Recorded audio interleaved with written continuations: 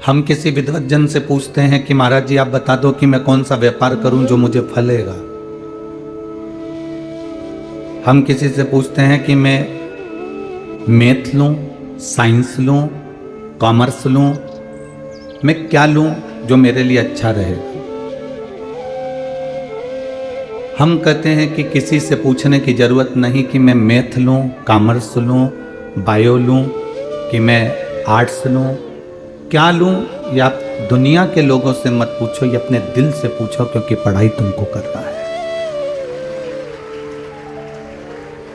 दुकान खोलने से पहले हमने किसी से पूछा मैं कपड़े की दुकान खोलूं, लोहे की दुकान खोलूं, सैनिटरी की खोलूं, धान की खोलूं, आप बता दो मैं किस चीज का व्यापार करूं जो मुझे मेरे भाग्य को चमका दे।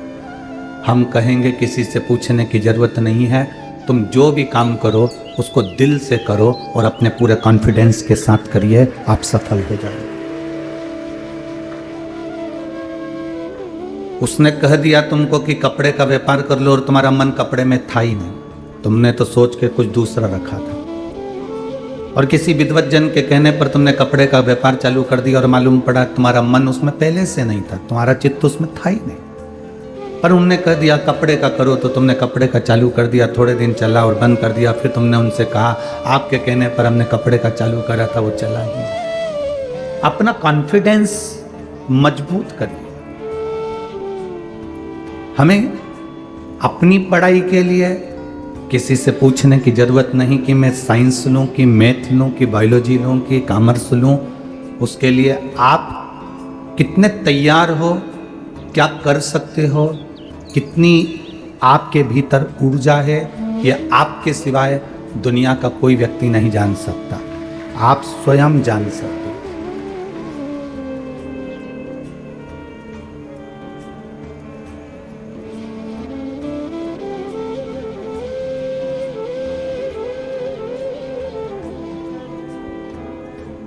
आप जो व्यापार करना चाह रहे हो, आप जो दुकान खोलना चाह रहे हो, चाहे वो छोटी से छोटी दुकान है, आप किसी से मत पूछो कि मैं काय का व्यापार करूं। आपके भीतर जिस चीज को करने की तमन्ना हो, आपको जो कार्य करने की उमंगता हो, आप वो कार्य करें।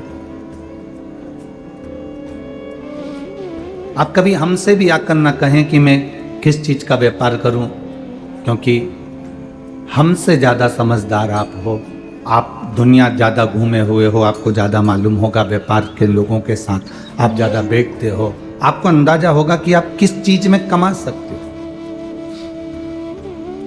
अपने खुद के कॉन्फिडेंस पर, हमारे खुद के विचार पर, हमारे खुद के शरीर की तेज पुंजता के बल पर, परमात्मा का नाम लेकर जब आप किसी कार्य के लिए उतरोगे, ये विश्वास मानकर चलना कि तुम पीछे नहीं हट पाओगे और आगे बढ़ते चले जाओगे। आपका कॉन्फिडेंस मजबूत होना चाहिए, आपका विल पावर मजबूत होना चाहिए, आपके विचार की दृष्टि बड़ी होना, आपका जो सोच है, आपकी जो दृष्टि है, आप उसको मजबूत करिए।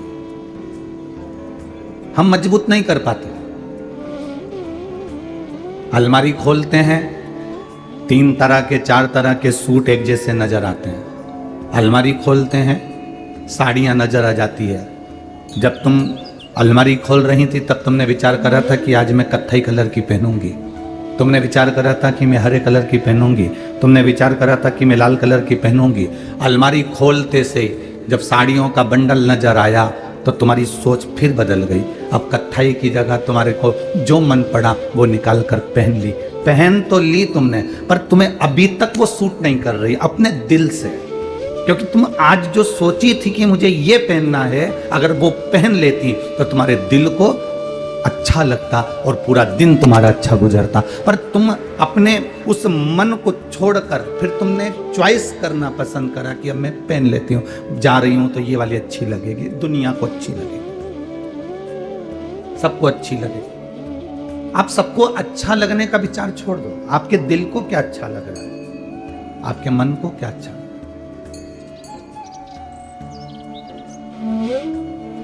सबके अच्छा लगने का सोचोगे तो सबको तो ये भी अच्छा नहीं लगता कि तुम कथा में आके बैठो। बोलो सही है? सबको तो ये भी अच्छा नहीं लगता, कई लोगों के घर वालों को ये अच्छा नहीं लगता कि आप कथा में पहुंचो। सबको तो ये भी अच्छा नहीं लगता कि आप शंकर जी के मंदिर जाओ। सबको तो ये भी अच्छा नहीं लगता कि आप प्रसन्न क्यों हो। सबको तो ये भी अच्छा नहीं लगता कि आप इतनी 60 65 70 साल की उम्र होने के बाद भी इतने सुंदर कैसे दिखते हो। सबको ये भी अच्छा नहीं लगता कि आप इतनी बूढ़ी होने के बाद भी इतना काम कैसे कर लेती हो। सबकी तो जाने दो, सबकी सोच के अनुसार चलोगे तो जिंदगी में कभी आगे नहीं बढ़ सकोगे। अपनी सोच से चलो और अपने चित्त से चलो, अपनी वृत्ति से, अपने मन से चलो। आग लगे बस्ती में, अपन रहो मस्ती। मैं चाहे ये करूं, आता छत्तीसगढ़ वालों को, हाँ, मैं चाहे वो करूं, मेरे दिल को अच्छा लग रहा है ना, मेरे मन को अच्छा लग रहा है ना। मैं कथा में जाके बैठ रही हूं, तुमको क्या प्रॉब्लम है, मुझे अच्छा लग रहा है ना, मेरे मन को अच्छा लग रहा है ना। अपने दिल को, अपने मन को, अपने विचार को, अपनी सोच को अच्छा लग रहा है। दुनिया के लोग कहें कि तुम मंदिर मत जाओ तो क्या हम मंदिर जाना बंद कर दें? मेरे मन को अच्छा लग रहा है ना। लोग कहेंगे कहाँ शिव जी के चक्कर में पड़ी हो, मेरे मन को अच्छा लग रहा है ना तो मैं शंकर के मंदिर जा रही हूँ। मेरे मन को अच्छा लग रहा है तो मैं डोंगरगढ़ जाकर माँ बमलेश्वरी का दर्शन कर रही हूँ। मेरे मन को अच्छा लग रहा है तो मैं चंपेश्वर जा रही हूँ। मेरे मन को अच्छा लगा तो मैं भूतेश्वर जा रही हूँ। और मेरे मन को अच्छा लगा तो मैं सीहोर कुबेरेश्वर जा रही हूँ। ये मेरे मन के ऊपर निर्भर।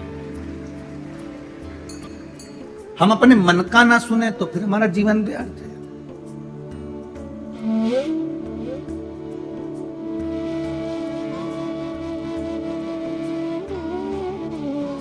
एक माँ ने अपने बेटे से कहा कि तुम कहां जा रहे हो? बाजार। सुनो, वहां से 1 किलो आलू ले आना, आधा किलो टमाटर ले आना, आधा किलो हरी मिर्ची ले आना, आधा किलो तुम एक काम करना, तुम्हारी मर्जी से कोई सब्जी ले आना।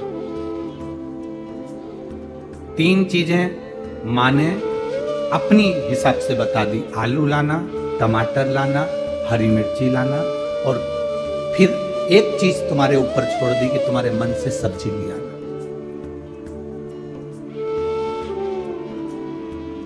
जो तुमको अच्छी लगे वो सब्जी लेके आना। अब टमाटर तुमने माता जी की पसंद के लिए, अच्छे नहीं आ रहे थे तो भी तुम्हें लेना पड़ा क्योंकि माँ ने बोला है। आलू तुमने माता जी के पसंद के लिए, आलू छोटे छोटे थे, मार्केट में पूरा मार्केट देखा, बड़ा आलू था ही नहीं, फिर भी माँ ने कहा है तो लेना पड़ा। हरी मिर्ची ले ली। अब आई सब्जी की बारी। टमाटर में तुमने एडजस्ट करा, आलू में तुमने एडजस्ट करा, हरी मिर्ची में तुमने एडजस्ट करा, पर माँ ने कहा था सब्जी तेरी मर्जी की लेकर आना, तो तुम एडजस्ट करोगे? नहीं। अब तुम सब्जी की दुकान पर जो सब्जी तुमको पसंद आएगी और ताजी दिखेगी और अच्छी दिखेगी, सस्ती भी रहे, अच्छी भी रहे और सब खाने में सबको पसंद आ जाए, तुम वो सब्जी चुनोगे। उसी तरह हमें अपनी जिंदगी को दूसरे के कहने पर एडजस्ट नहीं करना।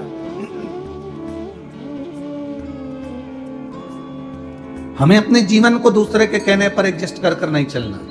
हमारी सब्जी हम खरीदने जा रहे हैं तो जो मेरे दिल को भाया वो सब्जी में लाया, बनाया, खाया और अपने आनंद में रहे। ऐसा अपने जीवन में अपनी प्रसन्नता के कारणों को हमें खुद ढूंढना पड़े। हमारे भीतर की प्रसन्नता के कारणों को हमें ढूंढना है। हमें दूसरे के एडजस्टमेंट में एडजस्ट नहीं होना।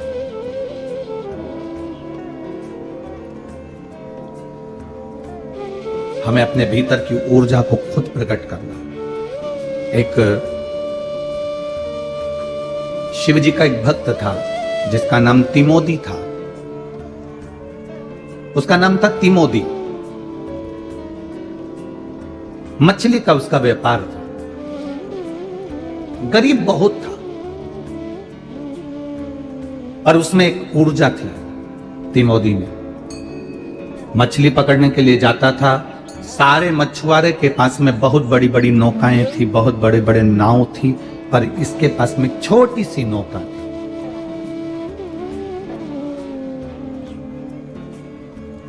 भगवान पृथ्वी पर जिसको जन्म देता है किसी भी फालतू व्यक्ति को भगवान पृथ्वी पर कभी पैदा नहीं करता। जिसको भी पृथ्वी पर भगवान पैदा करता है उसको कुछ ना कुछ ऐसा गुण देकर भेजता है, उस गुण को अगर वो निखार ले तो उसकी जिंदगी संवर जाती है। किसी किसी के भोजन का गुण होता है, किसी किसी को पार्लर का गुण होता है, किसी किसी को सिलाई का गुण होता है, किसी किसी को पहचान का गुण होता है, किसी की एजुकेशन का गुण होता है, किसी की मीठी वाणी का गुण होता है। किसी संसार में जन्म लेने वाला कोई व्यक्ति फालतू पैदा नहीं होता, क्योंकि आप अंदाजा लगा कर देखिए, आपके घर में आप जिस कमरे में सोते हो उस कमरे में कोई फालतू की चीज कभी नहीं रखते हो क्या? जिस कमरे में सोते हो, फोटो भी रखोगे तो अच्छा, सीनरी रखोगे तो अच्छी, गुलदस्ता रखोगे तो अच्छा। तुम्हारे कमरे के अंदर जिसमें तुम सोते हो उसमें सब तुम अपनी पसंद की चीज रखते हो, उसमें कबाड़ा नहीं रखते, फालतू की चीजें नहीं रखते, रद्दी कागज नहीं रखते, फालतू के पोछे के कपड़े नहीं रखते, फालतू की चीज उस कमरे में तुम रखते ही नहीं हो। तुम्हारे कमरे में तुम सब कीमती चीज, अच्छी चीज, वीआईपी चीज, अच्छी क्वालिटी की चीजें तुम अपने कमरे में रखते हो। तो ये जैसे तुम अपने कमरे में अच्छी चीज रखते हो, तो ब्रह्मा जी का ब्रह्म लोक है, भगवान विष्णु का वैकुंठ लोक है, और पृथ्वी मृत्यु लोक मेरे महादेव का है। तो मेरा महादेव भी पृथ्वी पर क्वालिटी वाली चीजें रखता है, बेकार चीज नहीं रखता। आप जितने बैठे हो, जितने आस्था चैनल पर कथा सुन रहे हो, जितने फेसबुक यूट्यूब पर कथा सुन रहे हो, आप में वो क्वालिटी है। परमात्मा ने अगर आपको पृथ्वी पर जन्म दिया है तो कुछ ना कुछ क्वालिटी देकर पैदा करा है। भगवान ने आपको अगर पृथ्वी पर जन्म दिया है तो कुछ ना कुछ ऊर्जा देकर पैदा करा है। भगवान ने अगर आपको पृथ्वी पर जन्म दिया है तो कुछ ना कुछ आप में ऐसा गुण है जिसको आप निखार सकते हो। अपने गुण को निखारने का प्रयास करिए, अपने गुण को निखारने का प्रयास करिए, और जिस दिन आपके भीतर का गुण निखर जाएगा उस दिन आनंद की अनुभूति अपने आप हो जाएगी।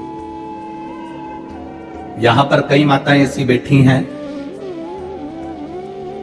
जो अच्छे पापड़ बना लेती हैं, जिनके हाथ का इतना स्वाद है। कई माताएं ऐसी बैठी है जो अच्छा इडली सांभर बना लेती है। आप में कई माताएं ऐसी बैठी हैं जो अच्छी सब्जी बना लेती हैं। आप में कई माताएं ऐसी बैठी है जो अच्छे चावल बना लेती है। आप में कई माताएं ऐसी बैठी हैं जो अपने कपड़े की अच्छी सिलाई कर लेती है। आप में कई माताएं ऐसी बैठी हैं जो अपने बच्चों के कपड़े भी अच्छे सिल लेती है। आप में कई माताएं ऐसी बैठी हैं जो अच्छा स्वेटर बना लेती हैं। आप में कई माताएं ऐसी बैठी है जो कुछ ना कुछ अच्छा काम कर लेती है, पर वो अपने काम को दबाई हुई है, बस केवल अपने लिए करती है, अपने घर के लिए करती है। जिस दिन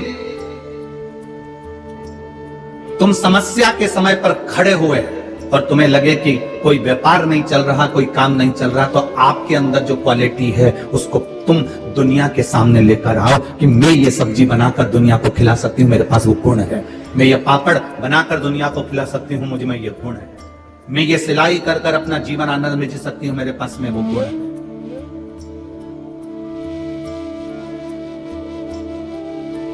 हम क्यों दुनिया पर आश्रित हो रहे हैं? हम क्यों दूसरे पर आश्रित?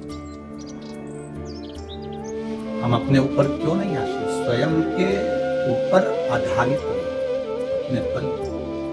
कल एक लड़के ने पत्र लिखा था, एक बेटे ने, जिसका पांव कट गया था। पांव कटने के बाद वो एक्सीडेंट हुआ, बेटे का पांव कट गया, एक सीधा पांव पूरा कट गया, प्लास्टिक का पांव उसने लगवा दिया। हार गया क्या वो? नहीं। शिव महापुराण ने उसको हिम्मत दी। हॉस्पिटल में पड़ा हुआ जब पांव कट गया, घर पर आ गया, दुनिया के लोग कुछ भी कहें वो रोता रहा, और टीवी के माध्यम से कथा पलंग पर पड़ा पड़ा सुनता रहा, और उसको एक बल मिल गया तो उसने एक छोटा सा व्यापार चालू कर दिया। छोटा सा व्यापार चालू करा तो धीरे धीरे उसकी 2 दुकान होती चली गई, बढ़ता चले गया। उसकी एनर्जी उसने अपने आप ढूंढ ली। तिमोदी के पास में एक छोटी सी नाव थी और बाकी के सबके पास में बड़ी बड़ी नाव।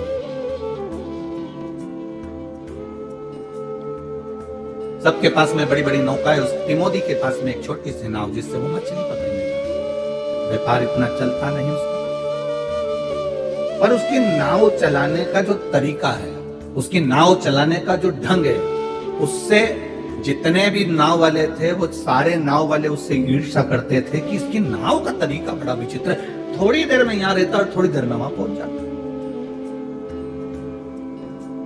भले ये मछली सही से नहीं पकड़ पाता, पर इसका नाव चलाने का तरीका बड़ा विचित्र।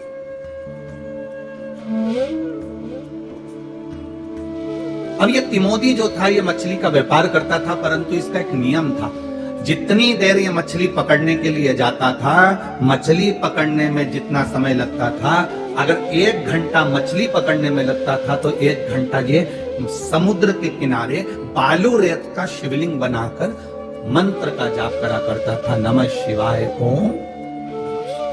तिमोथी का एक नियम, अगर मछली पकड़ने के लिए 9 बजे इसको मछली पकड़ने जाना है तो ये 7:30 बजे घर से निकल जाता, 8 बजे समुद्र के किनारे पहुंच जाता, बालू रेत का शिवलिंग बनाता और शिवलिंग बनाकर उसकी आराधना करता।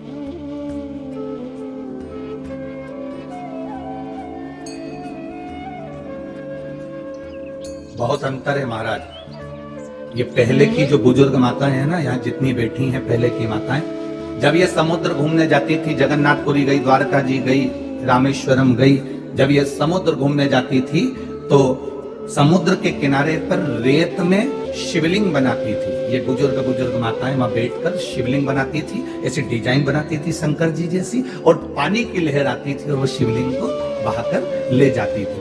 आज के जमाने की जो पीढ़ी समुद्र के किनारे जाती है, ये शिवलिंग नहीं बनाती, ये अपना घर बनाती है और कहती है देखो मैंने कितना सुंदर घर बनाया। कोई इधर से हाथ निकाले, इधर से हाथ निकाले, उसको घोंसला बना देगा उसमें से नीचे से। देखो मैंने ये कितना अच्छी गुफा बनाई, मैंने ये घर बनाया। पानी की लहर आती है, वो घर को बहा कर ले जाती है। समुद्र के किनारे जाना तो मेरे राम जी जैसी एक बुद्धि लेकर जाना, समुद्र के किनारे जाना तो मेरे भगवान कृष्ण जैसी बुद्धि लेकर जाना, समुद्र के किनारे जाना तो बलभद्र जैसी बुद्धि लेकर जाना। जब जब मेरे कृष्ण समुद्र के किनारे जाते थे, जब जब मेरे राम समुद्र के किनारे जाते थे, जब जब मेरे बलभद्र समुद्र के किनारे जाते थे, तब बालू रेत का शिवलिंग बनाते और उसकी पूजन करते थे। कारण बालू रेत में जो बारीक बारीक कण होते हैं, बिल्कुल बारीक बारीक कण होते हैं, और उसका जब शिवलिंग बनकर हम पूजन करते हैं तो सहस्त्र शिवलिंग के फल हमारे खाते में चले जाते हैं। सहस्त्र शिवलिंग का फल हमारे खाते में।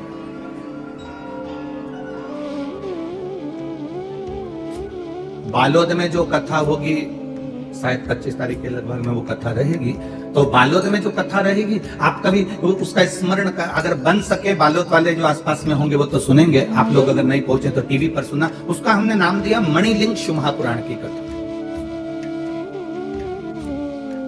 मणिलिंग शिव महापुराण की कथा। मणि का मतलब क्या होता है? क्या हीरे का शिवलिंग मणिलिंग कहलाता? स्फटिक का शिवलिंग मणिलिंग कहलाएगा? सोने का शिवलिंग मणिलिंग कहलाएगा? चांदी का लिंग मणिलिंग कहलाएगा? हीरे का शिवलिंग मणिलिंग कहलाएगा? पुखराज का शिवलिंग मणिलिंग कहलाएगा? नहीं। उस कथा का नाम मणिलिंग दिया। मणिलिंग का मतलब क्या होता है? मणिलिंग का मतलब क्या? आप जिस पार्थिव शिवलिंग का निर्माण कर रहे हो और उसके नीचे पार्वती जी का स्वरूप नहीं है, जलाधारी नहीं है, बस केवल स्वरूप में लिंग ही लिंग है। आप में से कई माताएं ऐसी बैठी होंगी जिनके घर में पुराने समय में केवल एक ऐसे गोल गोल पत्थर जैसा शिवलिंग, पाषाण जैसा शिवलिंग है, नीचे उसके नीचे ऐसी जलाधारी नहीं है, केवल एक लिंग स्वरूप में, एक शिवलिंग स्वरूप में। किस किस के घर में? किसी के यहाँ है?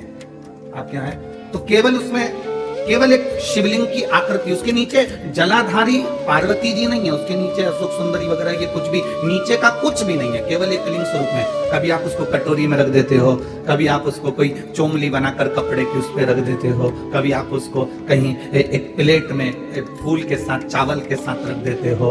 वो उसको हमारे यहाँ शिव महापुराण में मणिलिंग की गणना दी गई है, उसको मणिलिंग कहते हैं। आप नर्मदा जी का कंकड़ उठाकर लेकर आ गए, आप सीहोर का कुबेरेश्वर धाम का कंकड़ लेकर आ गए, इसको मणिलिंग की गणना करें। अब तुम कुबेरेश्वर धाम का कंकड़ लेकर आ गए और तुमने उसको प्लेट में रख दिया, तो उसके नीचे जलाधारी नहीं है, उसके नीचे अशोक सुंदरी गणेश जी वाला स्थान जलाधारी।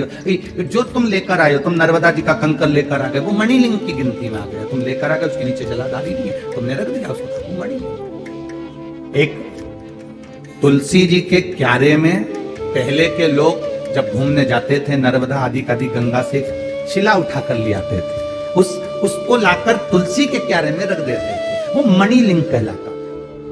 कईयों के घर पे रखा हुआ, तुलसी के क्यारे में ले जाकर लोग उसको रख देते।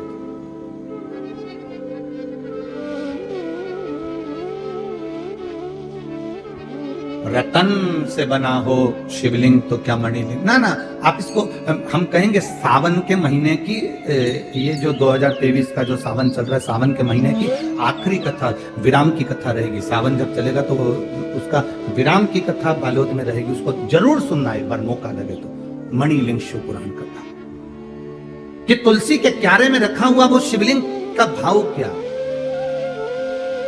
रखा हुआ वो पाषाण, रखा हुआ वो स्वरूप जो गोल गोल लग रहा है कि ये भगवान का शिवलिंग है, वो रखा तुम्हारे यहां बरसों से रखा और लोग उसका पूजन, वो क्यों?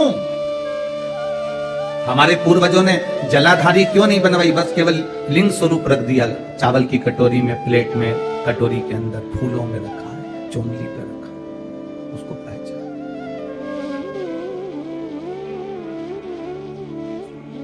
ये मणिलिंग की कथा से स्मरण कर सकते।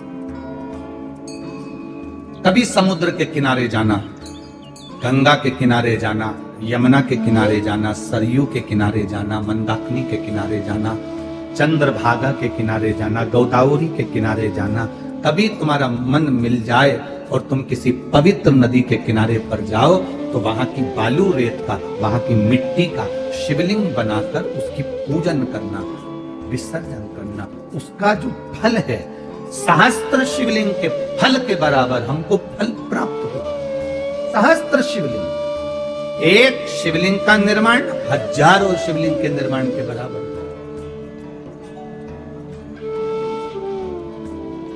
आप लोगों में से किसी ने अगर प्रयागराज में, हम 3 दिन के लिए गए थे प्रयागराज में, जब माघ का महीना था, माघ मेला भराया था, तब सतुआ बाबा हमको वहां बुलाए थे, तो त्रिवेणी के संगम पर कथा कही थी। उसमें एक कथा ये थी कि राम जी महाराज जब प्रयागराज में आए तो गुरु बाबा ने उनसे कह दिया था कि तुमने रावण का वध करा है, तुम पर ब्रह्म हत्या लगी। रावण ने कहा, रावण का वध कर कराए हो, रावण का वंश मिटा कराए हो, तुम्हारे ऊपर ब्राह्मण की हत्या लगी हुई है, तो तुम मेरे चरण का स्पर्श नहीं कर सकते। और गुरु जी ने उनको दूर हटाया, राघव जी को, भगवान। तो भगवान ने कहा कि आप मुझे बताएं कि मैं दोष से मुक्त कैसे हूं। तब भगवान गुरु बाबा ने कहा,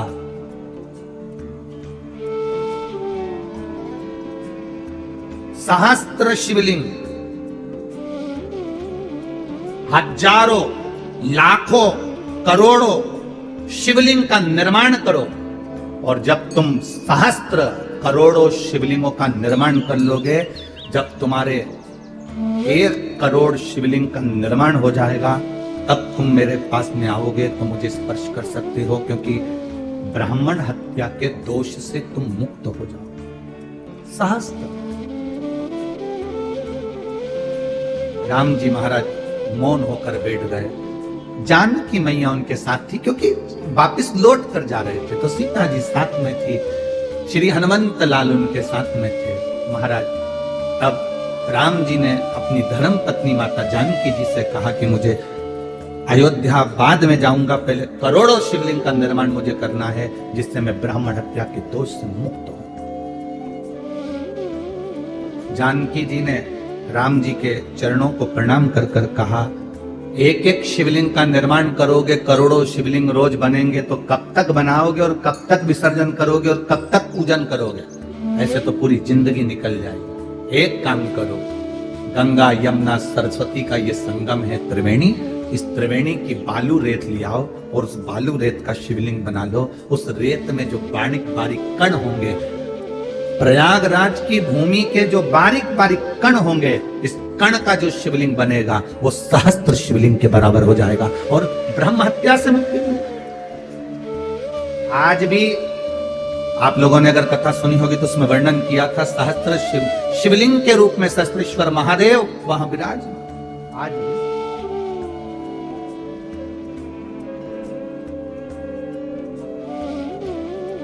कभी मौका लग जाए आपकी जिंदगी में, कभी आपको ऐसा महसूस हो कि आप समुद्र के तट गए हो, द्वारका जी गए हो, जगन्नाथ जी गए हो, आप रामेश्वरम गए हो, तो प्रयास करना हम भी वहां थोड़ी सी आराधना कर लें। हम सीहोर आने वालों से यही कहते हैं कि आप देखिए कंकर शंकर की धरा पर आए हो, यहां पर अभी कोई, क्योंकि निर्माण कार्य चालू है, निर्माण जिस जगह का तुम्हारे मकान का काम चालू रहता है तो कितना फैला रहता है, तो कुबेरेश्वर धाम का भी निर्माण कार्य चालू है। भोजन व्यवस्था भी धीरे धीरे सुचारू रूप से हो रही है, चलेगी, बनेगी, होगा व्यवस्था, रुकने की व्यवस्थाएं भी इतनी नहीं पर सुचारू रूप से जैसा बन सकता है वैसी व्यवस्था निर्माण के चलते व्यवस्थाएं चाहिए। पर जो कुबेरेश्वर धाम आते हैं हम उनसे कहते हैं कि तुम बाबा के दरवाजे पर आए हो, बाबा के धाम आए हो, बाबा से प्रार्थना करने आए हो, यहां पर आने के बाद कहीं पर भी कुबेरेश्वर धाम की भूमि पर गंदगी मत करना और जहां बैठकर भगवान का भजन करो उसमें एक आनंद की अनुभूति होना चाहिए।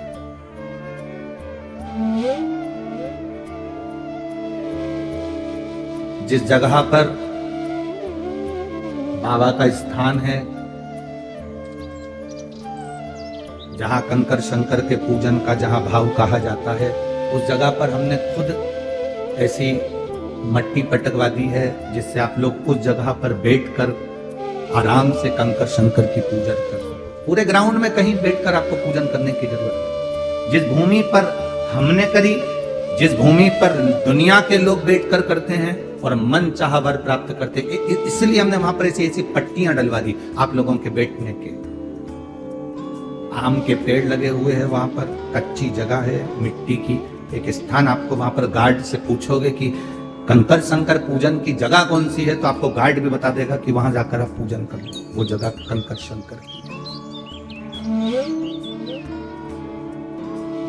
वहां पर जितने लोग आते हैं हर कहीं बैठकर पूजन करते ना, उससे पूछो कंकर शंकर पूजन की जगह कौन सी, वो बताएगा, वहां बैठ जाओ, उधर जगह है, वहां बैठकर पूजन करो, वहां कंकर शंकर क्या।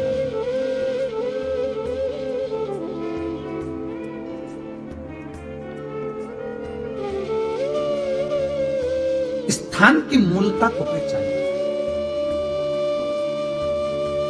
आप यहां भी बैठ गए, वहां भी बैठ गए, वहां भी बैठ, ना ना ना, जो स्थान, क्यों हम तीर्थ क्यों जाते हैं, हम 12 ज्योतिर्लिंग का दर्शन करने क्यों जाते हैं, हम चंपेश्वर महादेव या बमलेश्वरी माता का दर्शन करने क्यों जाते हैं, क्योंकि वहां जिस जगह पर बमलेश्वरी माता बैठी है, वहां की जो भूमि है, जहां बैठकर माता ने तप करा वो भूमि सिद्ध हो गई, जहां चंपेश्वर महादेव विराजमान है वो भूमि सिद्ध हो गई, जहां पर 12 ज्योतिर्लिंग विराजमान है वहां तप साधना कर कर वो भूमि सिद्ध हो गई। इसलिए एक निश्चित जगह होती है कि यहां कंकर शंकर की पूजन करना है तो वो भूमि की सिद्धता,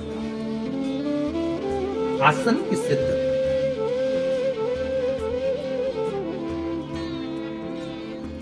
कभी एक अनुभव करना, एक प्रैक्टिकल अपनी जिंदगी में करिएगा, एक प्रैक्टिकल करिएगा, एक आसन जिस पर आप बैठते हो वो आसन अपने साथ में लेकर चलना। एक बार कभी योग लग जाए, कहीं आपका कथा हो रही हो, शिव महापुराण की कथा सुनने का कभी मौका मिल जाए आपको, तो अपना आसन अपने साथ लेकर चलना। जिसका व्यापार हो, जिसकी दुकान हो, जिसका व्यापार हो, उसके लिए हम वर्णन करेंगे, नौकरी वाला तो अपनी जगह पर है। एक आसन लेकर चलना, उसी आसन पर बैठकर आप 7 दिन 5 दिन की शिव महापुराण की कथा श्रवण करना। उसी आसन, कथा सुन ली, आसन की घड़ी बनाई, अपने बैग में रख लिया, फिर वापस सुबह जब कथा चालू हुई, ठीक 2 बजे कथा चालू हो और आप बैठ रहे हो 1:30 बजे 1 बजे, तो 1 बजे आपको वो आसन नहीं बिछाना। 2 बजे का कथा चालू हो उसके पहले आप 1:30 बजे के करीब में वो आसन अपने नीचे वापस बिछा लो और फिर कथा सुन लो। वापिस कथा पूरी हो, आरती हो, आरती के समय पर उस आसन को वापस उठाकर अपने बैग में रख लो। 7 दिन की कथा शिव महापुराण की आप पंडाल में बैठकर जब सुने तो अपना आसन लगाकर सुनना, और उस आसन को जिस दुकान पर तुम्हारा पति बैठता है, दिन भर कमाता है, मेहनत करता है, उतनी उसकी कमाई नहीं होती, एक बार उस आसन को उसकी कुर्सी पर लगा कर दे देना, कहना कि इस पे बैठकर अब व्यापार करो। आपको आसन का बल मालूम पड़ेगा, आपको अपनी माला का बल मालूम पड़ेगा। आप जिस माला से भगवान का भजन करते हो उस माला का बल तुम्हें मालूम पड़ेगा। जिस आसन पर बैठकर आप भगवान की कथा सुनते हो उस आसन का बल तुमको मालूम पड़ेगा।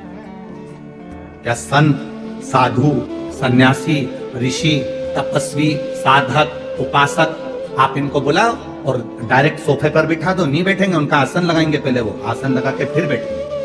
आसन में ऐसा क्या है कि वो अपने आसन पर बैठते हैं? आपने कालीन बिछाया है, आपने मखमल का आसन बिछाया है, ब्राह्मण जन, गुरु जन, जो विद्वत जन है, भूदेव है जो मृत्यु लोक के, जो चतुर विद्वान ब्राह्मण होता है वो अपना आसन, अपनी जिसमें किताब लेकर चलता है, जिसमें अपनी पोथी पाने लेकर चलता है, एक आसन भी साथ लेकर चलता है कि मैं जिस मंत्र को पढ़ूं ये मेरा आसन में वो मंत्र का बल आना चाहिए, और मेरा आसन कोई साधारण नहीं जिसको कोई डोला दे।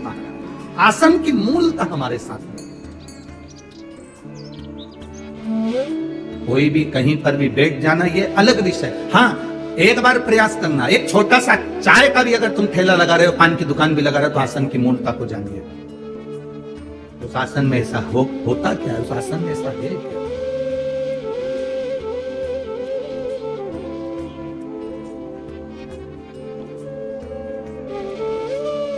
हमें लगता है कि ये मंदिर में आसन रखा हुआ है, पूजन का आसन रखा हुआ है, घर में हम पूजन करते हैं, आसन पर बैठ कर करते हैं। आसन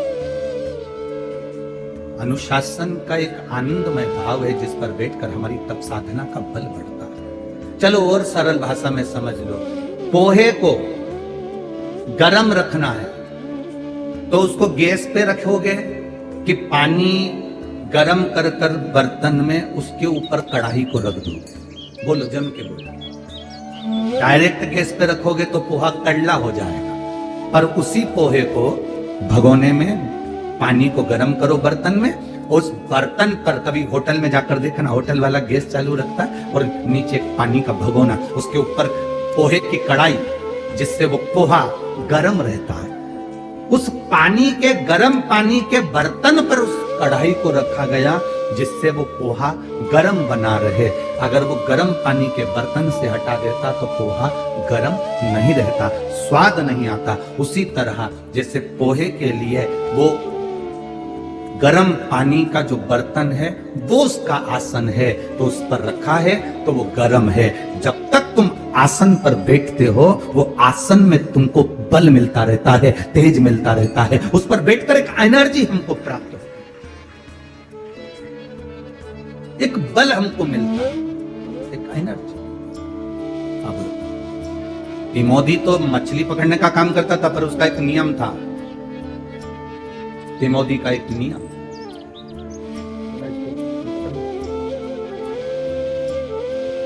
तिमोदी का एक नियम था।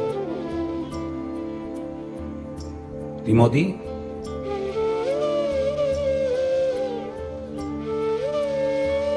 जाने से पहले, मछली पकड़ने से पहले उसको भी तिमोदी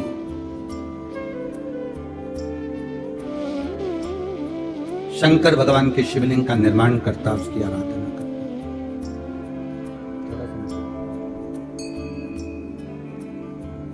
इसको भी शिव की आराधना में लगा। अब बड़ी बड़ी जिनके पास नाव है, बड़े बड़े जिनके पास में वैभव है, उनको इससे ईर्ष्या होती है। ईर्ष्या इस बात की होती थी कि ये नाव बड़ी अच्छी चल रही। अभी कथा में कहा गुण दिया है भगवान ने, उसको निखारना। मेरी बेटियां कई बार ससुराल में जाने के बाद रोती हैं, तो मेरी बेटियों से हम निवेदन करेंगे तुम्हें रोने की जरूरत नहीं, तुम्हें तुम्हारे माता पिता ने और परमात्मा ने ऐसा गुण देकर भेजा है कि तुम अपने गुण को प्रकट कर सकती हो। क्यों रोना ससुराल में जाने के बाद?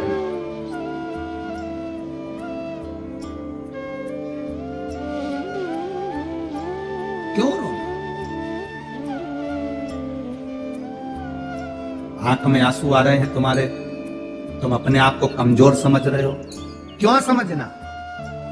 नवयुवक बेटे, जिस कंपनी के लिए अप्लाई कर रहे हो, नवयुवक बेटे जिस नौकरी के लिए अप्लाई कर रहे हो, भले वो किसी भी चीज की नौकरी हो, भले गवर्नमेंट से हो प्राइवेट से, जिस चीज के लिए तुम अप्लाई कर रहे हो, तुम अपने ऊपर अपने कॉन्फिडेंस को पक्का करो, अपने मजबूत बनो, अपने आप में अपने प्रबल बनिए। और जब प्रबल बनकर आप जब भगवान के भरोसे रहकर, भगवान पर विश्वास कर कर और अपने आप पर भरोसा कर कर जब उस एग्जाम में बैठोगे, ये मत सोचना कि मैं पास होऊंगा कि नहीं होऊंगा, ये सोचना कि मेरा महादेव मेरे साथ है, अब की बार तुम्हें निकल कर बताऊंगा।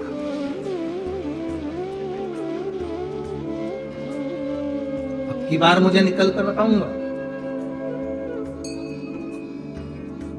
आप अपने भीतर बल तो है। तिमोदी के पास में एक चीज थी, वो नाव अच्छी चलाता था, पर साथ वालों ने विचार करा कि बताओ गजब का व्यक्ति है, इसके पास में नाव तो चलाने की कला है परंतु इसके पास में धन नहीं है। तो एक व्यापारी ने उस तिमोदी के साथ में एक कंपटीशन किया, एक प्रतियोगिता कर, एक प्रतियोगिता, और प्रतियोगिता जब करी, तिमोदी पड़ोसी को मालूम था, व्यापारी को मालूम था कि ये शंकर भगवान की भक्ति करता है, भजन करता है, 2 रोटी तो इसको भोलेनाथ जी दे ही देता, 2 रोटी तो इसको प्राप्त हो ही जाती।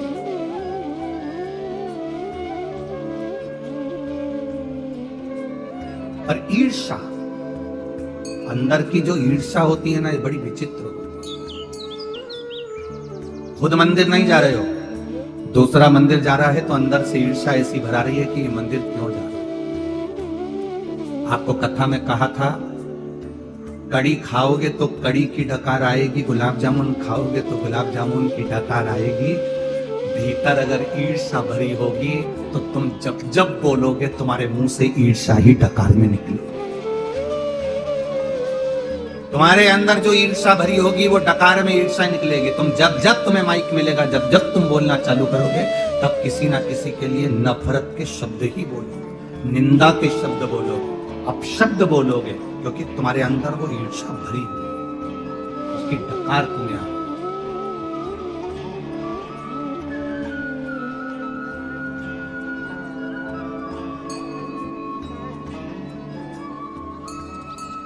ईर्ष्या। हम जब किसी से कहते हैं तू अपनी औकात में रहकर बात कर, हम जब किसी से कहते हैं अपनी औकात देखिए, हम जब किसी से कहते हैं अपनी औकात में रहिए, शिव महापुराण की कथा कहती है, जिसने ये शब्द कहे हैं उसने बोलकर अपनी औकात खुद दिखा दी कि वो किस औकात में। वो दूसरे से कह रहा है अपनी औकात में रहकर बात करो, अपनी औकात में रहो, अपनी औकात में बोलो। मतलब जो बोल रहा है उसके शब्द आपको दिखा देते हैं कि उसकी औकात उसके शब्दों से मालूम पड़ा।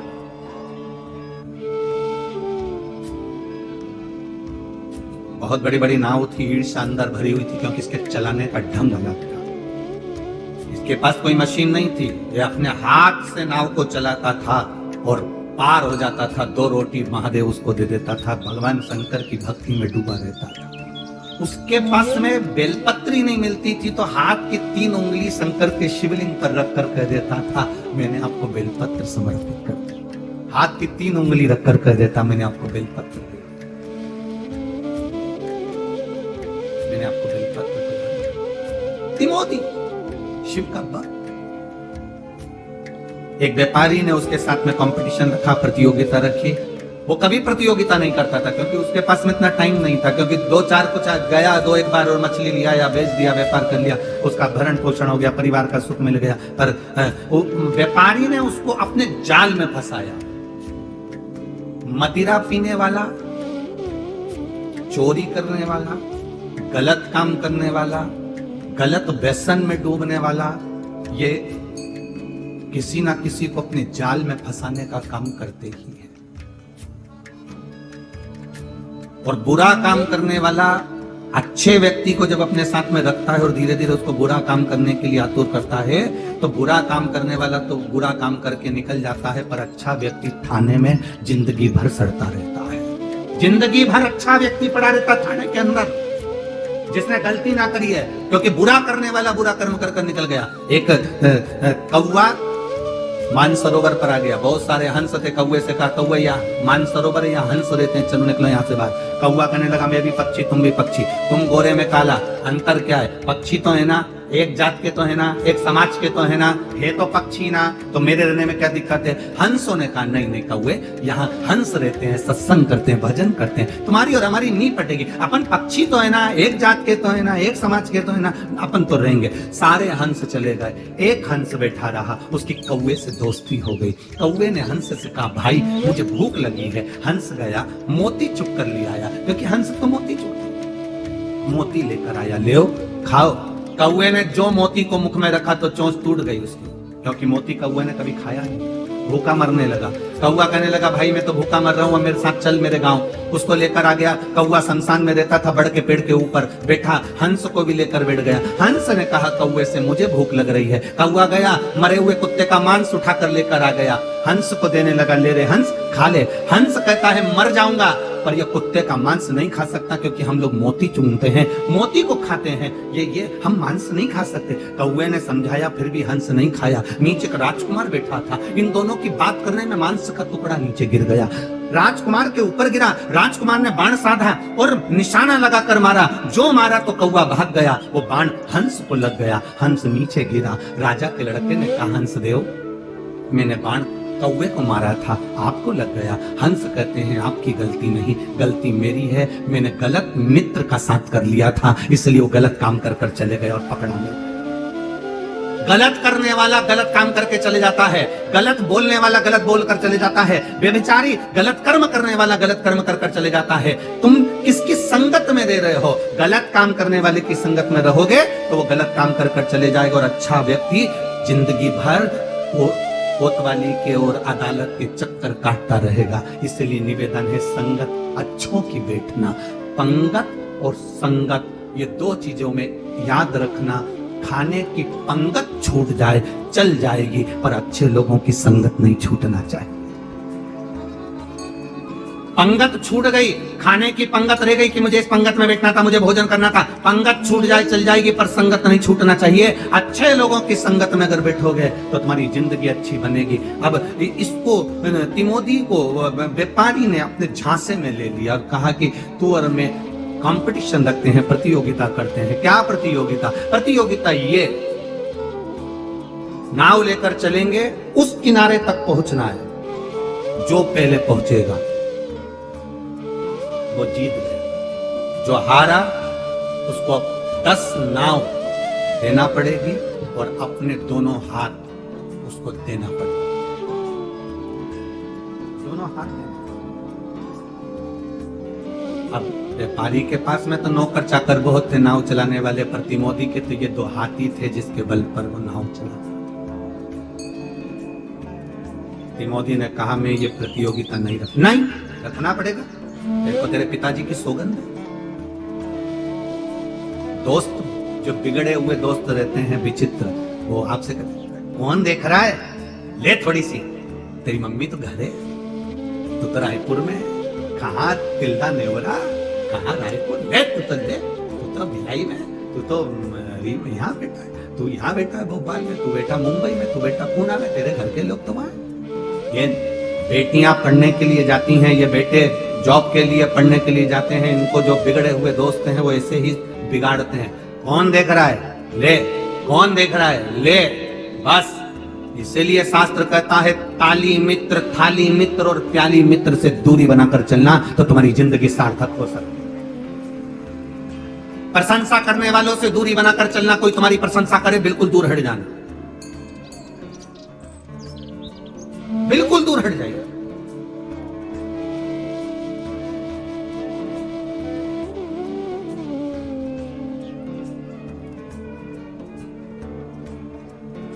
एकदम दूरी बना लो।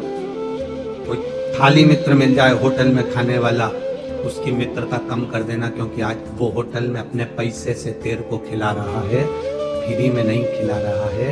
जिस दिन तेरी खाने की आदत हो जाएगी, तेरे घर तक को खा जाएगा, तेरे घर तक को खा जाएगा।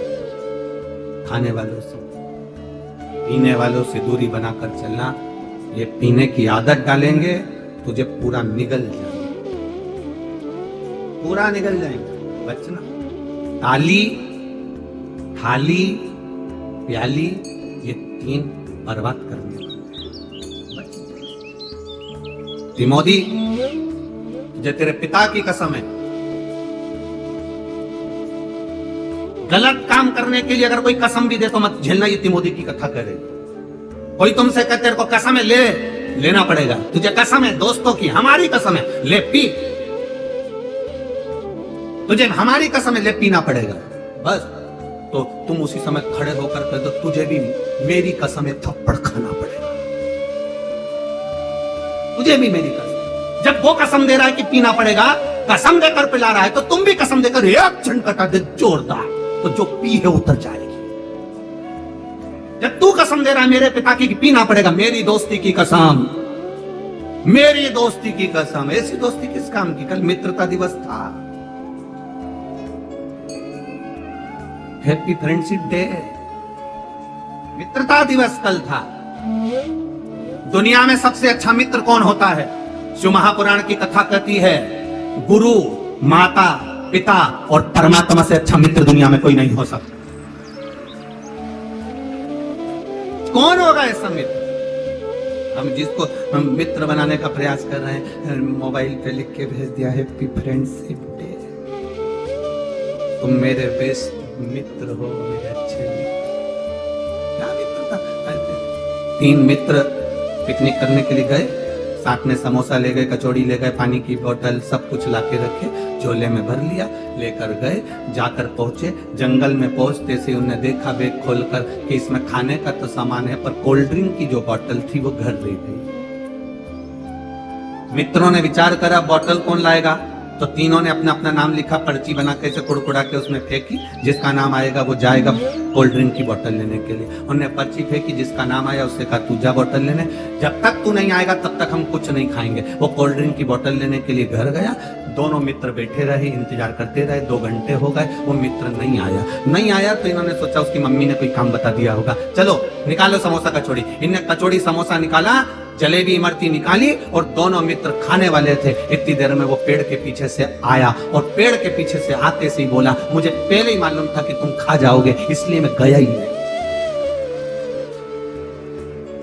हमें मालूम था तुम खा जाओगे, इसलिए मैं गया ही नहीं। मैं पेड़ के पीछे ही छुपा था, मैं देख रहा था कि कब खाओ।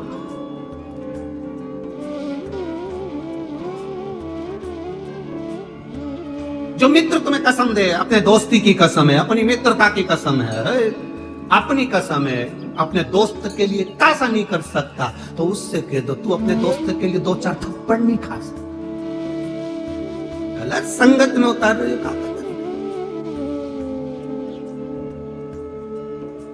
खाने की पंगत छूट जा चल जाएगी, पर अच्छी संगत मत छोड़ना। दुनिया के लोग तुमसे कहेंगे कहां जा रहे हो? कथा सुनने के लिए। क्या करोगे कथा में जाकर? कहना किटी पार्टी में तो नहीं जा रहे, डीजे पे डांस करने तो नहीं जा रहे, हम कहीं होटल में खाने तो नहीं जा रहे, हम कहीं गलत जगह पर तो नहीं जा रहे, हम तो केवल भगवान शंकर की कथा में चले जाते हैं।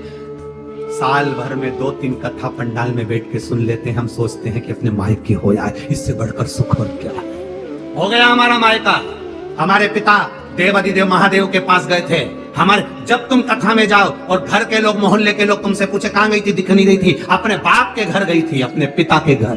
कहां? तिल्दा नेवरा में शिव महापुराण की कथा हो रही थी, वहां मेरा शंकर मेरा पिता है, उस पिता से मिलने के लिए गई थी। जब मायका समझोगे शिव पुराण को, तो बाप भी अपनी बेटी को विदा करते समय कुछ देकर भेजता है, तो वो भी तुम्हें कुछ ना कुछ देकर भेजेगा। पिता का घर है ये तुम्हारा।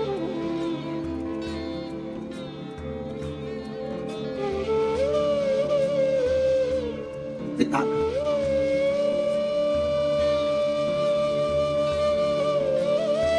कितनी सुंदर बात है साहब। पिता के घर से जब बेटी जाए, वो कहते खुशी खुशी कर दो तुम्हारी बेटी राज करे, महलों का राजा बिना।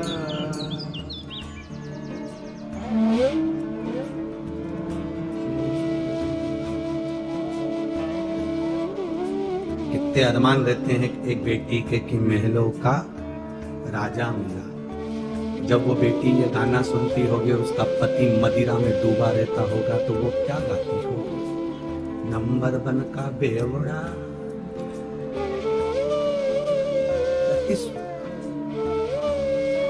मेरा पुरुषों से निवेदन है, अपने बच्चों के लिए, अपनी पत्नी के लिए, अपने माता पिता के लिए, अपने परिवार के लिए मदिरा का त्याग कर दो, नहीं पीना, नहीं पीना। गंगा नाली का पानी नहीं पिएंगे, एक। और दूसरा, अपना सनातन धर्म छोड़कर, अपना हिंदू धर्म छोड़कर, मेरे महादेव को छोड़कर मैं किसी दूसरे धर्म में नहीं जाऊंगी, चाहे कितनी भी लोभ लालच दे।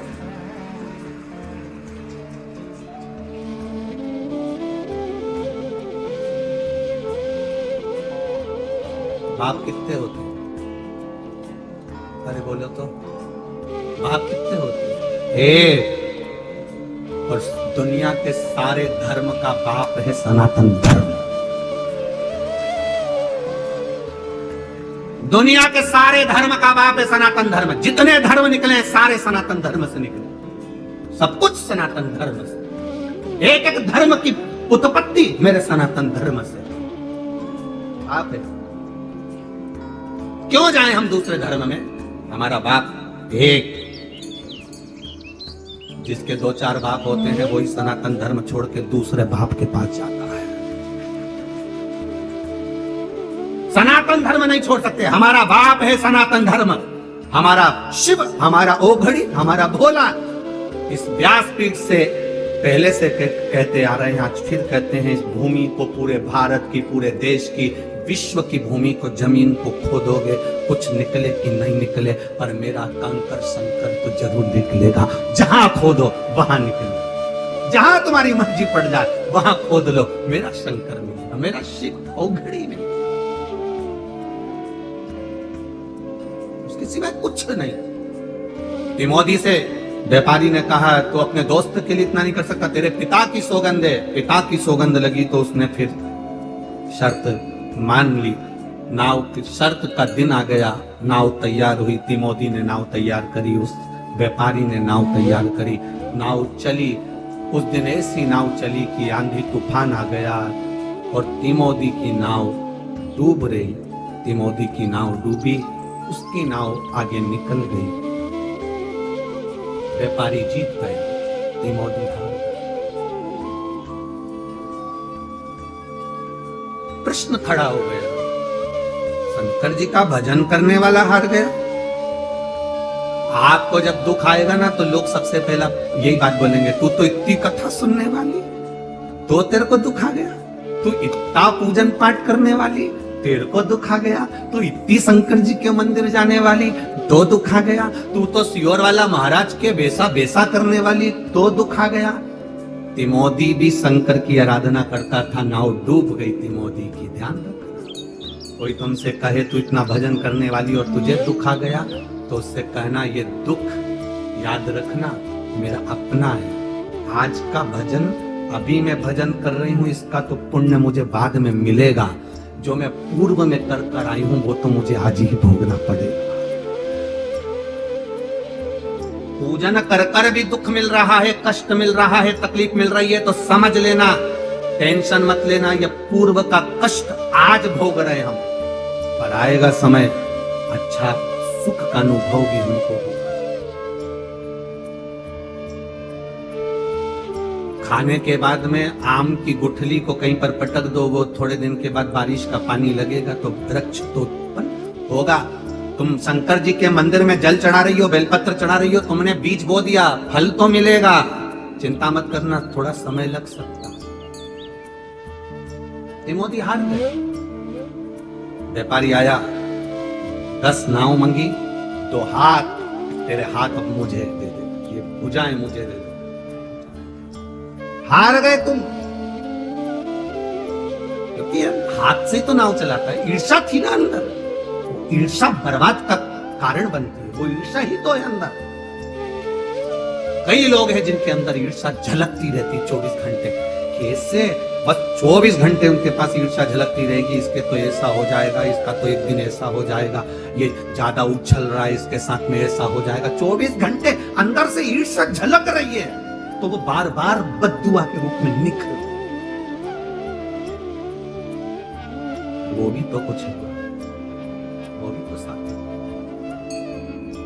मोदी हार गया, 10 नाव दे दी, जो थी उसके पास में टूटी फूटी वो दे दी।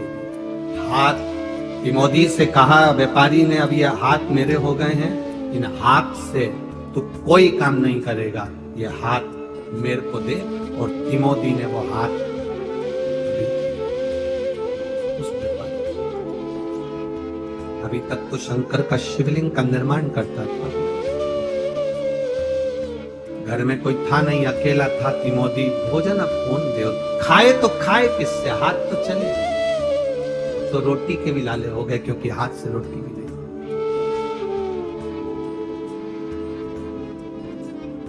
आपको कहा था, शंकर भगवान को आपने जितना समय दिया है, शंकर भगवान उतना समय आपको देते हैं। भगवान के कथा में जितना आपने समय दिया है, भगवान उतना समय आपको देते हैं। ये कल की कथा में कहा। तिमोदी ने जिन हाथ से पार्थिव शिवलिंग का निर्माण करा था, पूजन करी थी, तिमोदी ने जिन हाथ से भगवान का पूजन किया, तिमोदी ने जिन हाथों से भगवान का पूजन करा, वो हाथ तो उसके चले गए। अब रोटी कौन दे? व्यापारी हंसता हुआ बोला, जिन हाथों पर तेरा बल था, वो हाथ अब मेरे हो गए। तिमोदी, अब क्या तेरा शंकर आएगा तुझको रोटी खिलाने के? तेरा महादेव आएगा। और विपदा की जब घड़ी आती है, सब साथ छोड़ देते हैं। आपको कहा था, शादी होती है ना घर में, तो दूल्हे के सब आगे चलते हैं, और जब कोई मरता है तो मुर्दे के सब पीछे चलते हैं। सुख में सब आगे हैं, दुख में सब पीछे हैं।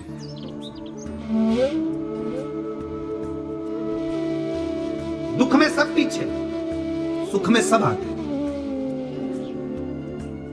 दूल्हे के सब आगे, मरने पर पीछे हो जाते हैं लोग, साथ कोई नहीं देता। जितने गांव के लोग थे, किसी ने तिमोदी को 2 रोटी तक नहीं, कौन खिलाए अपने हाथ से? हाथ चलेगा इसके? अपने हाथ से रोटी कौन खिलाएगा? कौन है रोटी? कौन खिलाएगा? कहा, आएगा तेरा शंकर, आएगा तेरा ओगरदानी, आएगा तेरा शिव भोजन देने। तिमोदी की आंख से आंसू बह रहे थे। 4 दिन निकल गए, तिमोदी ने कुछ नहीं खाया, पानी भी नहीं पी सकता, क्योंकि हाथ तालाब के किनारे जाए, थोड़ा सा मुंह डालकर पानी।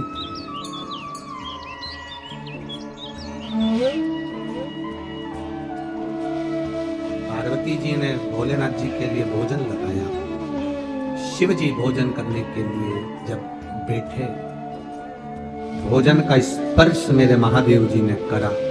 स्पर्श कर कर मेरे भोलेनाथ स्पर्श कर अपने मस्तक पर से बेलपत्र को उठाकर नेत्रों से लगाकर जल का सींचन कर कर महादेव ने उस भोजन के पात्र पर बेलपत्र को समर्पित किया।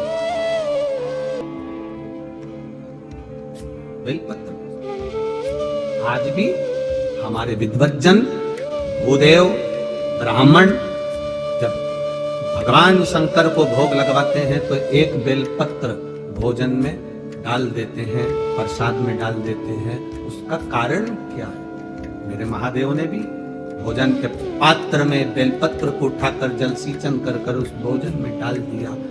जगत जननी जगदम्बा पार्वती जी ने पूछा महादेव जी से, प्रभु आज भोजन की थाली में आप बेलपत्र क्यों डाले हो? शंकर भगवान कहते हैं, एक बेलपत्र में 33 कोटि देवी देवता विराजमान है पार्वती। ये 33 कोटि देवी देवता का जो भजन करने वाले हैं, कोई राम भजेगा, कोई कृष्ण भजेगा, कोई देवी भजेगा, कोई दत्त भजेगा, कोई शनि महाराज को पूछेगा, कोई राम जी को पूछेगा, कोई गुरु महाराज को पूछेगा, कोई पृथ्वी को पूछेगा, कोई अग्नि को पूछेगा, कोई आकाश को पूछेगा। 33 कोटि देवी देवता इस बेलपत्री में है। 33 कोटि देवी देवता का जो भजन करता होगा, पृथ्वी पर रहने वाला व्यक्ति किसी का तो भजन करता होगा। अगर वो पृथ्वी पर रह रहा है, भजन किसी भी देवता का कर रहा है, अगर वो भूखा है, एक बेलपत्री मैंने भोजन में रख दी है, मतलब सब जीवों का मैंने पेट भर दिया है। एक बेलपत्र समर्पित कर देने पर वो किसी का भी भजन कर रहा हो, राम का करे, कृष्ण का करे, शिव का करे, देवी का करे, भवानी का करे, दत्त का करे, वो जिसका कर रहा होगा, उसका भक्त अगर भूखा होगा, पृथ्वी के मनुष्य, जलचर, थलचर, वायुचर, पक्षी पृथ्वी पर रहता है, कीड़ा पृथ्वी पर रहता है, पशु पृथ्वी पर रहता है, मनुष्य पृथ्वी पर रहता है। आप लोग वैकुंठ में नहीं रह रहे हो, आप लोग ब्रह्मलोक में नहीं रह रहे हो। पक्षी वैकुंठ में नहीं है, कीड़ा ब्रह्मलोक में नहीं है, पृथ्वी पर है। तो ये घर जिसका है, पेट भरने की जवाबदारी भी उसकी है। घर किसका है, जवाबदारी उसकी है। पृथ्वी किसकी है, देवाधिदेव महादेव की। आप पृथ्वी पर रह रहे हो तो पेट भरने की जवाबदारी उसकी है। अपने बाप से कहो ना, अपने पिता से, देवाधिदेव महादेव से, क्योंकि पेट भरने का जवाबदारी तुम्हारी है। उसका नाम विश्वनाथ है।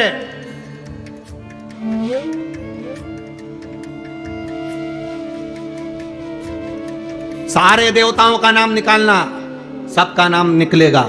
जो निकलेगा, कोई बद्रीनाथ निकलेगा, कोई ये नाथ निकलेंगे, कोई वो नाथ निकलेंगे, पर विश्वनाथ एक ही है। क्योंकि विश्व का नाथ है, इसलिए आप अनाथ नहीं हो। आप अनाथ नहीं हो क्योंकि विश्व का नाथ है। पृथ्वी पर कीड़े भी हैं, मकोड़े भी हैं, जलचर भी है, थलचर भी है, वायुचर भी है। इन सब की जवाबदारी ब्रह्मा जी ने किसको दी है? ब्रह्मलोक की जवाबदारी ब्रह्मा जी की है, वैकुंठ लोक की जवाबदारी भगवान विष्णु की है, इंद्रलोक की जवाबदारी इंद्र की है। सारे देवताओं की अपनी अपनी जवाबदारी है। पर पृथ्वी पर अगर कोई भूखा सोता है तो उसकी जवाबदारी देवाधिदेव महादेव की है। कैसे भूखा सो जाए? एक बेलपत्र भोजन की थाली में रख दिया। वो किसी का भी भजन करे, राम कहे, कृष्ण कहे, जिसकी मर्जी पड़े वो कहे, उसका भी अगर भक्त है, पर भूखा ना सोने दूंगा। ये तो मेरा एक बेलपत्र से पार्वती जी ने, गौराणी ने, मां जगतजननी ने पूछा, नाथ नाथ क्या बात है? कोई बात है? शिव जी कहते हैं, पार्वती मेरा एक भक्त है तिमोदी, बालू रेत का शिवलिंग बनाता था। कभी उसने दिया नहीं जलाया, कभी उसने अगरबत्ती नहीं लगाई, कभी उसने बेलपत्र नहीं चढ़ाया, कभी उसने फूल नहीं चढ़ाया, कभी उसने कोई वस्तु मेरे ऊपर समर्पित नहीं करी। केवल शिवलिंग बनाता था, समुद्र की लहर आती थी, मुझे लेकर चली जाती थी। बस उसका शिवलिंग बनाना मेरे हृदय के लिए आनंद था। कल आपको कहा था, मेरा बाबा तुम्हारे नारियल से प्रसन्न नहीं होता है, मेरा बाबा तुम्हारी चिरौंजी से, लड्डू के डब्बे से। हाँ, दुनिया के लोग तुम्हारे लड्डू के डब्बे से प्रसन्न हो सकते हैं, दुनिया के लोग तुम्हारे धन से, तुम्हारे दिए गए नोट के लिफाफे से प्रसन्न हो सकते हैं, दुनिया के लोग तुम्हारी दी हुई वस्तु से प्रसन्न हो सकते हैं, पर मेरा महादेव तुम्हारी वस्तु से प्रसन्न नहीं होता। मेरा महादेव को पाने का सबसे सुंदर तरीका है आपका दिल, आपका निर्मल हृदय, आपका मन। बस उससे भजन करो, उससे भजन करो।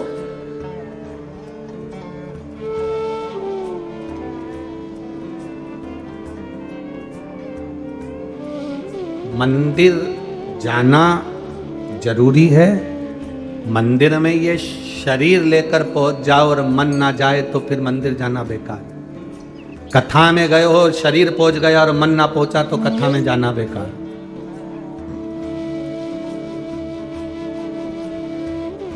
लाखों लोग इस कथा में, आज लोगों को लग रहा था सुबह 8 बजे की कथा है, कहां से इतने लोग आई?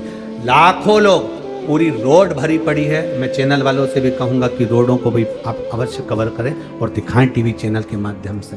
पूरी रोड भरी पड़ी हुई है, लाखों भक्त इस कथा को सुन रहे हैं, पर इतने भक्तों में एक सुई भी गिर जाए ना तो उसकी भी आवाज आ जाती है। इतना साइलेंट रहकर आप लोग कथा का रस तत्व ग्रहण कर रहे हैं। कहां? जहां पर 10 लोग एक सब्जी मार्केट में खड़े हैं तो आवाज आ रही है, एक स्कूल में 10 बच्चे बैठे हैं तो आवाज आ रही है, एक जगह पर 50 लोग इकट्ठे हो जाएं तो आवाज आती है। यहां लाखों एक साथ बैठे हुए हो और साइलेंट, एकदम साइलेंट, क्योंकि कथा तुम शरीर लेकर आए हो ना, शरीर के साथ तुम दिल महादेव को देने के लिए आए हो, इसलिए कथा का रस तत्व है। और जितनी साइलेंट अंदर है उतनी साइलेंट रोड पर है। सुनिए, जाकर रोड पर भी जो बैठा होगा उसका दिल परमात्मा में लगा हो। वो शरीर नहीं लाया है, अपना दिल लाया, अपना मन, अपना चित्त लाया। मंदिर में जाओ शरीर लेकर नहीं, ये दिल लेकर जाना। भले तुम्हारे पास कुछ भी नहीं हो, कुछ नहीं, मेरे पास फूल भी नहीं, मेरे पास जल भी नहीं, पर दिल लाया हूं बाबा, क्योंकि जब मैं पैदा हुआ था ना मेरे पास में फूल था ना मेरे पास में जल था। जब मैं पैदा हुआ था तूने दोनों आंख बंद कर कर, कान बंद करे, हाथ मुष्टि का बंद, छोटा सा शरीर घुड़ी मुड़ी करा हुआ, तूने मुझे पैदा करा था। कुछ देकर नहीं भेजा था, केवल मेरा दिल देकर भेजा था, और वही तुझे समर्पित है। तिमोदी भोजन नहीं कर सकते, तिमोदी के हाथ नहीं है, क्या करोगे आप? शिवजी कहते हैं उसने मुझे जल चढ़ाया था, उसने मेरा शिवलिंग का निर्माण करा था, अब मेरा फर्ज है, उसने मेरा निर्माण करा था, अब मैं उसकी जिंदगी का निर्माण करूंगा, ये मेरा फर्ज। अब मैं उसकी जिंदगी का ये कथा 7 तारीख को आज विराम हो जाएगी। 10 तारीख से दतिया में कथा चालू हो जाएगी, पार्थिव शिवलिंग शिव महापुराण की कथा। वहां जितने लोग पार्थिव शिवलिंग बनाने वाले हैं और जितने लोग 5 दिन की जो कथा सुनने वाले हैं, माँ पीताम्बरा के धाम में, माँ बगलामुखी के धाम में, माँ ध्रुमावती के धाम में, माँ शिव और शक्ति दोनों का एक आनंद जो मिलने वाला है, उसको आप जब पार्थिव शिवलिंग का निर्माण करें वहां पर, और जितने लोग वहां पहुंच गए ठीक है, नहीं पहुंच पाए, टीवी के सामने भी अगर आप 1 बजे से 4 बजे तक कथा सुनो तो आपके मन में यह भाव आना चाहिए कि मैं दतिया की भूमि पर बैठकर पार्थिव लिंग का निर्माण कर रही हूं और बाबा मेरी सुन रहे। शिव भक्ति की ओर जागृतता। तिमोदी ने मेरा शिवलिंग का निर्माण करा था, उसने पार्थिव लिंग का निर्माण करा था, अब मेरा फर्ज है मैं उसके जीवन का निर्माण करूं। पार्वती जी ने पूछा तुम क्या करोगे? भोजन कराने की जवाबदारी मेरी है, अब मैं जाऊंगा। हाथ नहीं है, मेरे महादेव प्रतिदिन तिमोदी के लिए एक ग्वाले का रूप रखकर जाते हैं, उसको पेट भरकर भोजन बनाकर खिलाकर मेरे महादेव आते हैं। यह शिव है। जाऊं और इस संपूर्ण विश्व के जितने श्रोता हैं, फिर कहूंगा आप ये अंदाजा मत लगाना कि हम हर 2 दिन बाद कथा सुनते हैं, हम 2 दिन बाद कथा सुनते हैं, फिर कथा आएगी फिर सुनेंगे। ना बाबू, उदर के लिए, पेट के लिए भोजन जरूरी है, और इस आत्मा की तृप्ति के लिए शिव महापुराण बहुत जरूरी है, बहुत जरूरी है।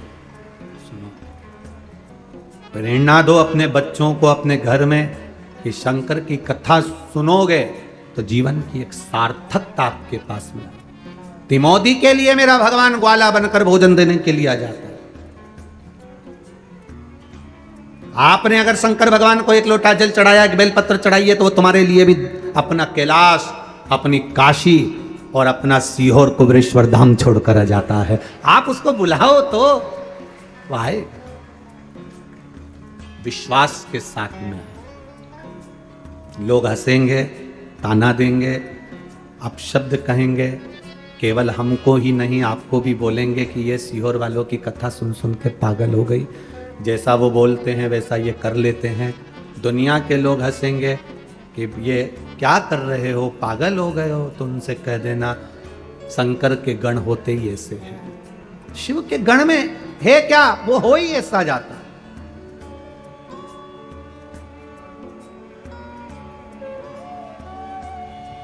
चंद्रदेव को काया का रोग हुआ,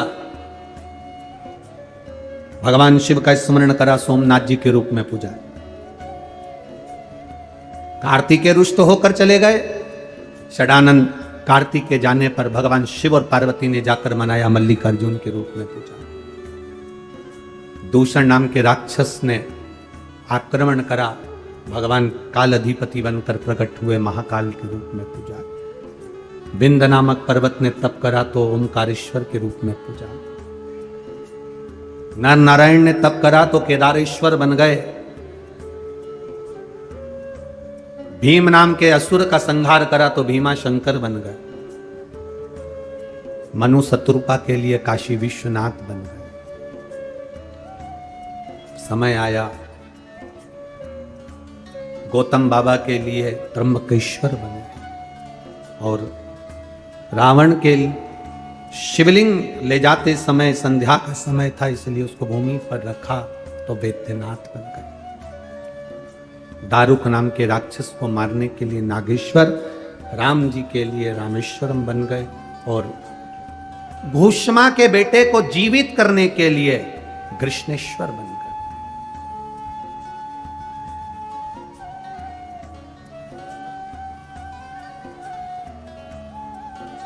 सब उसके भरोसे पर छोड़ना, ये 12 ज्योतिर्लिंग का चरित्र कहता है। देवाधिदेव महादेव तुमरुका जी को कहते हैं कि ये बेलपत्री ये जीवन का सुख देने वाली। भगवान देवाधिदेव महादेव की पावन कथा का रस तत्व ग्रहण करते हुए भाव के साथ, आनंद के साथ, भाव से बाबा से प्रार्थना करते हुए आनंद के साथ तुमरुका जी को भगवान आनंद से एक बेलपत्र समर्पित पोथी पर करे।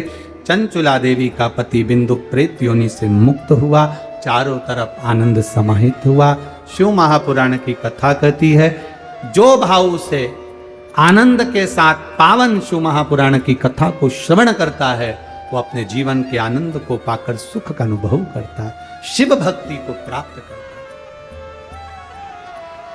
कावड़ शिव महापुराण की कथा यहाँ विराम की ओर जा रही है। आप सभी से निवेदन है, आनंद के साथ इस कथा को आप श्रवण करें।